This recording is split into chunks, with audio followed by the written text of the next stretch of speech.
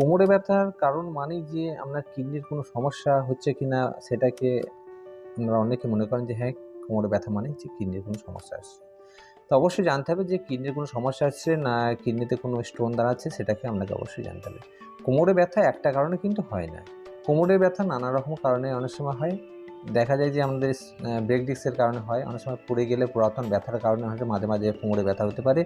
বা অনেক সময় যে হয়তো বাচ্চা হওয়ার সময় যে ইনজেকশনটা আমার কোমরে মারা হয়, সেই কারণে কিন্তু কোমরে ব্যথা একটু পরিশ্রম করলে অনেক সময় ব্যথা হতে পারে।